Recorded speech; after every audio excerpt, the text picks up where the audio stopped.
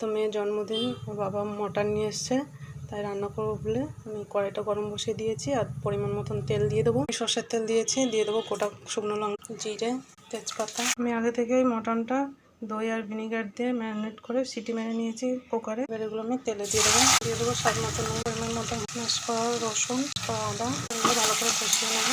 আলু থেকেই আলুগুলো ভেজে রেখেছিলাম দিয়ে দেবো। দিয়ে দেবো গোটা রসুন আর চুই, দিয়ে দেবো স্বাদ মতো লঙ্কা গুঁড়ো। এটা ভালো করে কষিয়ে নেবো।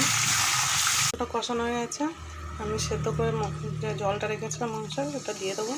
সেদ্ধ হওয়ার জন্য চাপা দিয়ে দেবো। মটনটা তুলে দেখে নেবো। মটনটা আমার হয়ে গেছে। এখানে 2-3টে এলাচ থেতো করে নিয়েছি, এটা দিয়ে নাড়িয়ে নামিয়ে।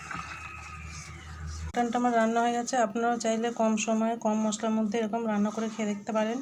ভালো লাগলে লাইক করবেন, শেয়ার করবেন, কমেন্টে জানাবেন আর সাবস্ক্রাইব করে পাশে থাকবেন। আজ এই পর্যন্ত, আবারও ফিরে আসবেন নানা রকম ভিডিও নিয়ে। টাটা।